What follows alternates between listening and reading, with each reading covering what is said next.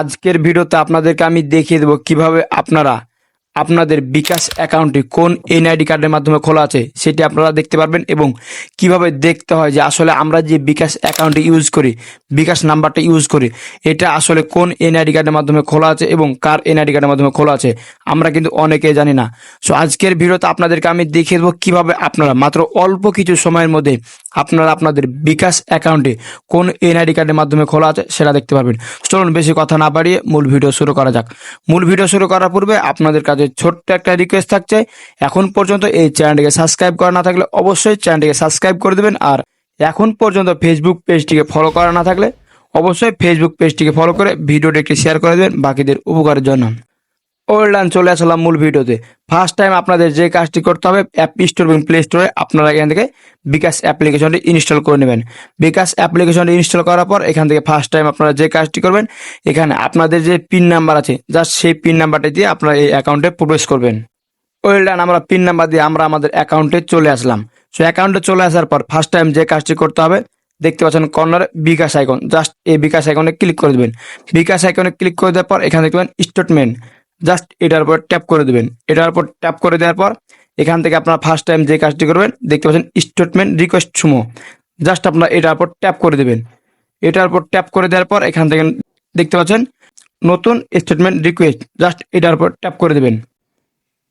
Just এটার উপর tap করে দেওয়ার পর আপনারা এখান থেকে যে কাজটি করবেন, সংক্ষিপ্ত স্টেটমেন্ট, জাস্ট আপনারা এটার উপর ট্যাপ করে দেবেন। সংক্ষিপ্ত স্টেটমেন্ট, জাস্ট এটার উপর ট্যাপ করে দেবেন। এটার উপর ট্যাপ করে দেওয়ার পর এখান থেকে চাইলে আপনারা গত যে দিনগুলো আছে 30 দিন, 180 দিন, বছর, নির্ধারিত সময়কাল এখান থেকে কিন্তু আপনারা দেখতে পাবেন।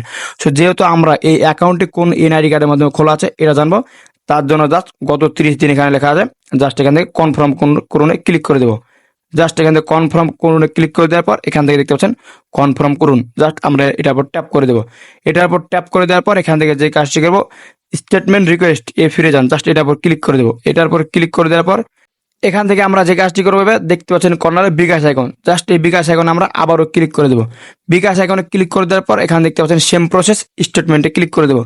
স্টেটমেন্টে ক্লিক করে দেওয়ার পর এখান থেকে যে কাজটি করবো, দেখতে পাচ্ছেন লেখা আছে স্টেটমেন্ট রিকোয়েস্ট, জাস্ট এটার উপর কিন্তু একটি ডাউনলোড ফাইল চলে এসেছে, জাস্ট আমরা এটার উপর ট্যাপ করে দেবো। এটার উপর ট্যাপ করে দেওয়ার পর এখানে দেখতে পাচ্ছেন ডাউনলোড, জাস্ট আমরা ডাউনলোড আইকনে ক্লিক করে দেবো। এই ডাউনলোড আইকনে ক্লিক করে দেওয়ার পর এখান থেকে আমাদের অল্প একটু সময় লাগবে এবং অল্প একটু সময় লাগার পর কিন্তু আমরা এখান থেকে আমাদের একটি পিডিএফ ফাইল ওপেন হয়ে যাবে। জাস্ট আমরা যে কোনো একটি ব্রাউজারের মাধ্যমে এই পিডিএফ ফাইলটিকে ওপেন করে নেব।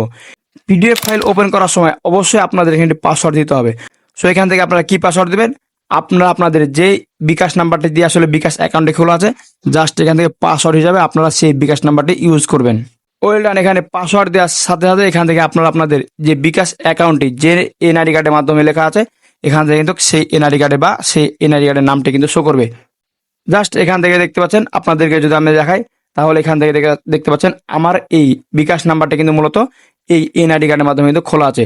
এখান থেকে কিন্তু আমরা খুব সহজেই দেখে নিতে পারবেন আপনাদের বিকাশ অ্যাকাউন্টে আসলে কোন এনআইডি কার্ডের মাধ্যমে খোলা আছে এবং কার এনআইডি কার্ডের মাধ্যমে খোলা আছে। এখান থেকে দেখতে পাচ্ছেন, আপনারা লক্ষ্য করে দেখতে পাবেন এখানে যে বিকাশ নাম্বার এটিও শো করবে এবং এই বিকাশ নাম্বারটি কোন এনআইডি কার্ডের মাধ্যমে খোলা আছে এটি কিন্তু আপনারা এখান থেকে খুব সহজে দেখে নিতে পারবেন। সো ভিউয়ার্স, এই ছিল মূলত আজকের ভিডিও। আপনাদেরকে আমি দেখিয়ে দিলাম কিভাবে আপনারা খুব সহজে আপনারা আপনাদের এই বিকাশ অ্যাকাউন্টটি ইউজ করেন। এই বিকাশ অ্যাকাউন্টটি কোন এনআইডি কার্ডের মধ্যে খোলা আছে এটি কিন্তু আপনারা এই প্রসেসগুলো অবলম্বন করলে কিন্তু খুব সহজে দেখে নিতে পারবেন। সো ভিউয়ার্স, এই ছিল মূলত আজকের ভিডিও। সো ভিডিওটি আপনার কাছে কেমন লাগলো অবশ্যই মতামত কমেন্ট বক্সে জানাবেন, আর এরকম ভিডিওগুলো নিয়মিত পেতে চাইলে এবং মিস না করতে চাইলে অবশ্যই চ্যানেল সাবস্ক্রাইব করে ফেসবুক পেজটি ফলো করে আমাদের সাথে থাকবেন।